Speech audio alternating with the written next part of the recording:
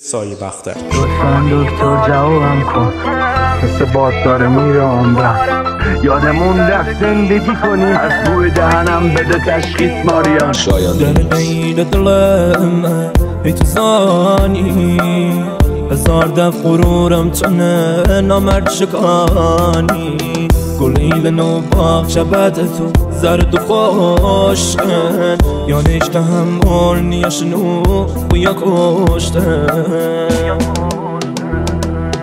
لطفاً دکتر جوابم کن، صبح پا سیگار و شب و الکل. این روزا هرکی بلایی سر آدم میاره، چشم میاد میگه حلالم کن. دهنم بسته است و زبونم گم، مردم عوض این زمونم گم. خدا اگه قطار مگزین بری رد شد، به رانندش بگو که سوارم کن. میرم جلو هر خری سوارم شده، مغزم دیگه نمیکشه انگار شبا رد شده.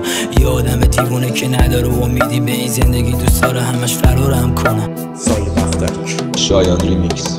ما و این مال چی بوسم، چجوری تحمل بارم.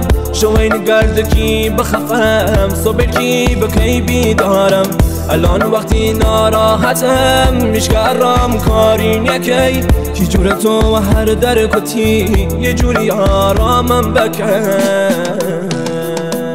صبرم کمه حوصله‌ام در حداقل 40 سالگیمو میبینم به تخت بستنش، دستشو بستن از دست نره. من بستمه، دلم تنگ شده برای اینکه دوباره بمیریم بره هم. بیقرارم و دل تنگ سر گرم بره تم قبل همه جمع.